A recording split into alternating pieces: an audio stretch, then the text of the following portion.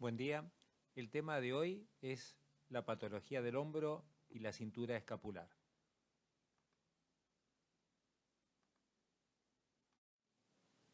Debido a la situación de pandemia que todos conocemos, nos es imposible realizar lo que habitualmente hacemos en la cátedra, que es que los alumnos tomen contacto desde el primer momento con los pacientes y puedan realizar las maniobras de toda la semiología y asistir a las clases presenciales.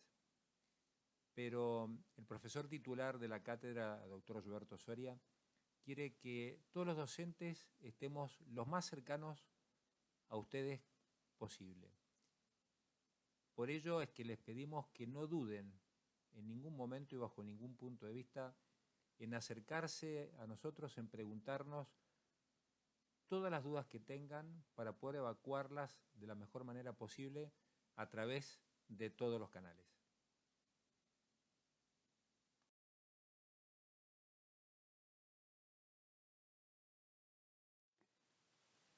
En esta diapositiva vemos lo que explicábamos recién. La glena es plana y la concavidad aumenta gracias al rodete glenoideo. La estabilidad, lógicamente, va a estar dada por la cápsula, por los ligamentos. Todo esto corresponde a la estabilidad pasiva de la articulación y los músculos que conforman parte también de esta estructura que dan la estabilidad de tipo activa. Tres ligamentos son fundamentales en esta articulación: el gleno humeral superior, el medio y el inferior. El mayor porcentaje, prácticamente el 95 o más por ciento de luxaciones en el hombro, son de tipo anterior, mientras que las luxaciones posteriores son las menos frecuentes, entre el 4 al 5%. Si comparamos con lo que ocurre en la cadera, vemos que es la inversa de aquella. La mayoría de las luxaciones en la cadera son posteriores.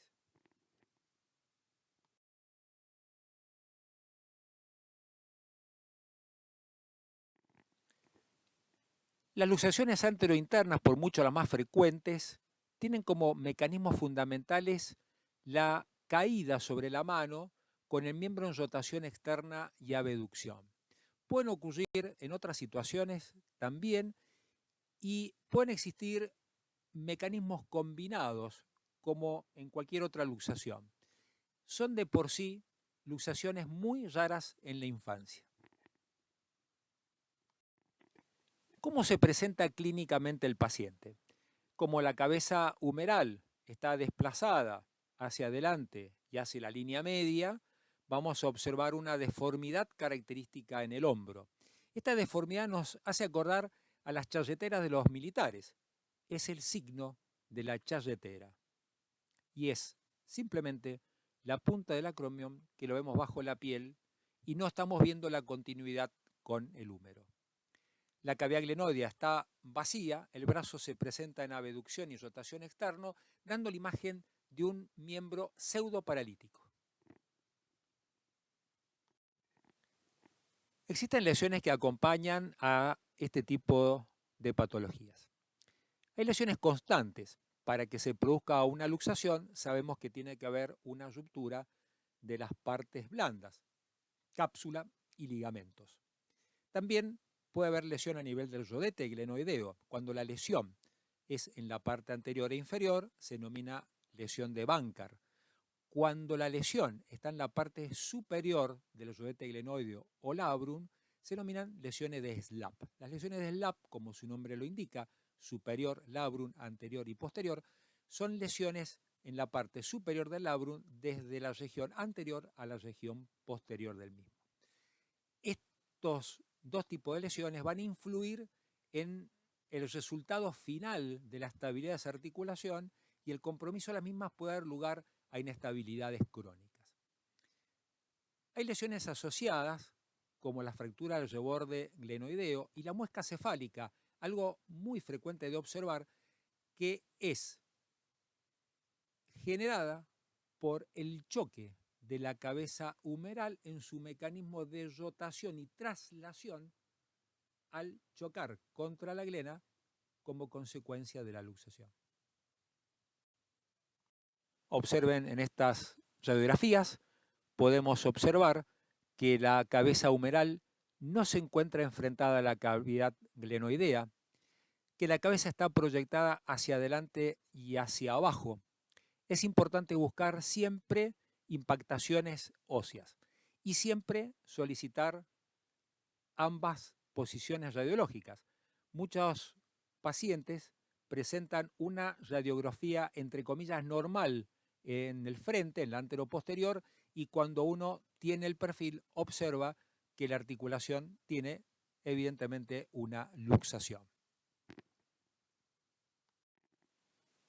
Sobre este aspecto no nos vamos a cansar de decir una y otra vez que es muy importante evaluar todo el miembro, porque acá también pueden existir lesiones como consecuencia de la luxación. Lesiones tanto vasculares como lesiones nerviosas en el plexo braquial. Tengan presente que una situación a veces frecuente es la parálisis del nervio circunflejo como resultado de este tipo de patologías. Tengan presente siempre que las luxaciones son urgencias traumatológicas y si no son tratadas en tiempo y forma adecuada, pueden tener complicaciones mucho más severas. Un paciente con una luxación que está comprimiendo su caudal sanguíneo puede llevar a la pérdida de ese miembro por una luxación que no se trató en el momento oportuno. ¿Cómo tratamos estas luxaciones?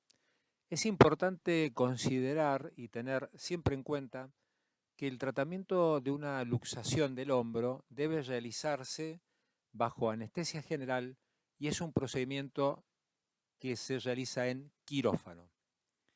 El principio básico de la reducción es la tracción en el eje del miembro superior, teniendo en cuenta un contraapoyo en la axila que puede realizarse con la planta del pie o de preferencia con un asistente que tracciona con una sábana.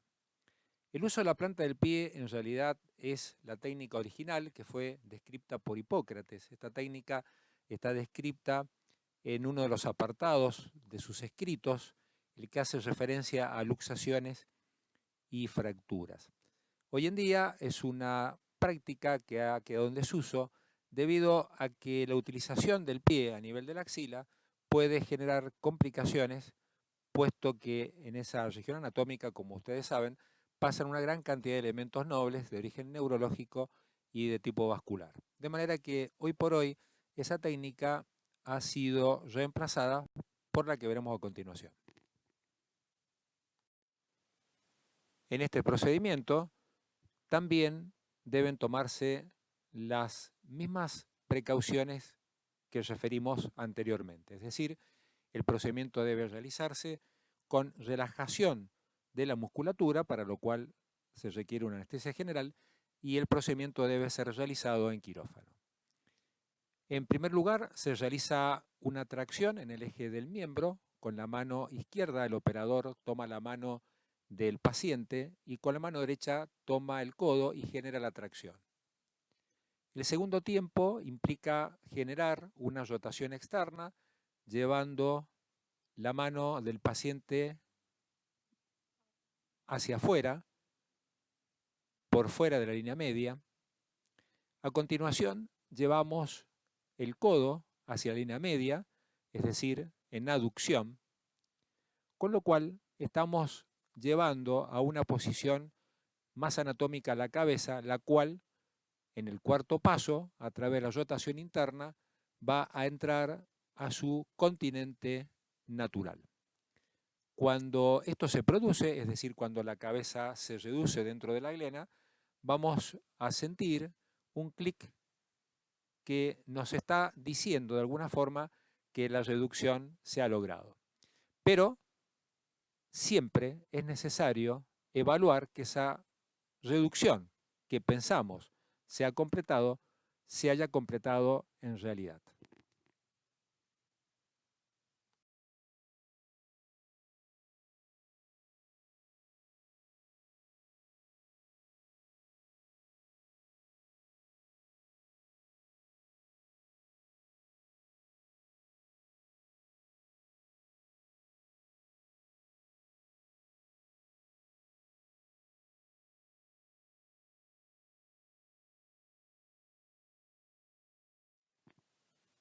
Una vez reducida la luxación, es importante la inmovilización. ¿Por qué? Porque las partes blandas sufrieron una lesión, una ruptura, cápsula y ligamentos para que se produjese la luxación. Es decir, tenemos que esperar el tiempo lógico de cicatrización de las partes blandas, que toma alrededor de 3 semanas. Esto se puede conseguir utilizando un cabestrillo o un vendaje de Velpo que da más estabilidad. Es muy importante darle el tiempo necesario a la cicatrización de las partes blandas, pero no extenderse demasiado en el tiempo, puesto que el hombro es una articulación que cuando la dejamos mucho tiempo quieta tiende a producir rigideces.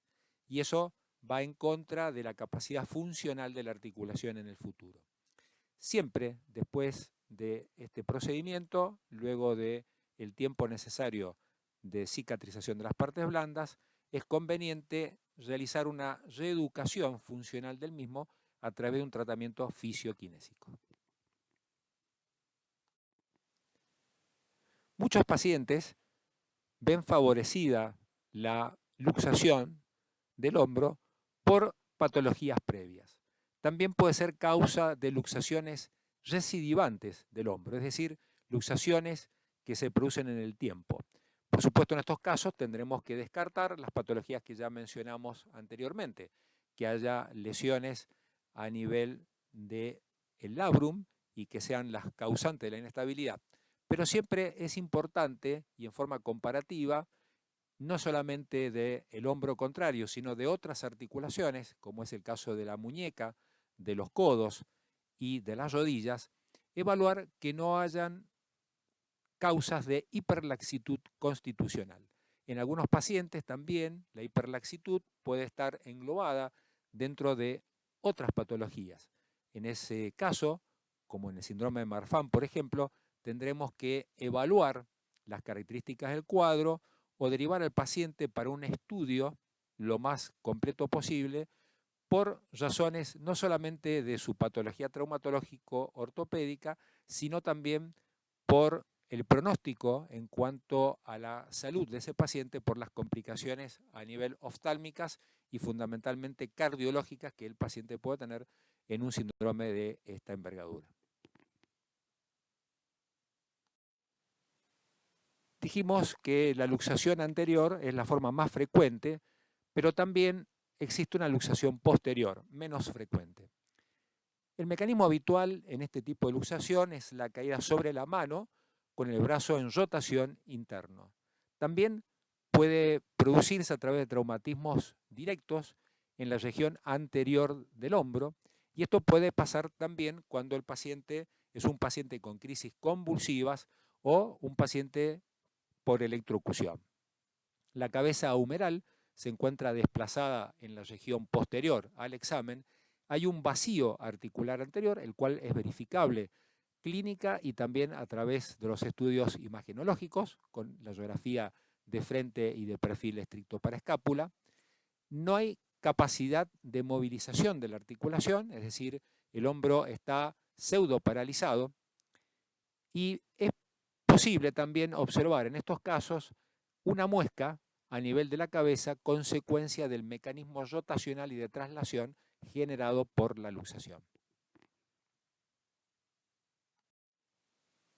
En estos casos, también la reducción, por ser una urgencia traumatológica, es la regla general y deberá hacerse con los mismos requisitos que en el otro caso, bajo anestesia general y en quirófano. La reducción se logra mediante una tracción en abducción, es decir, llevando más lejos de la línea media al miembro y luego ejerciendo una rotación externa. Como en el caso anterior, debe realizarse también una inmovilización hasta que las partes blandas hayan cicatrizado.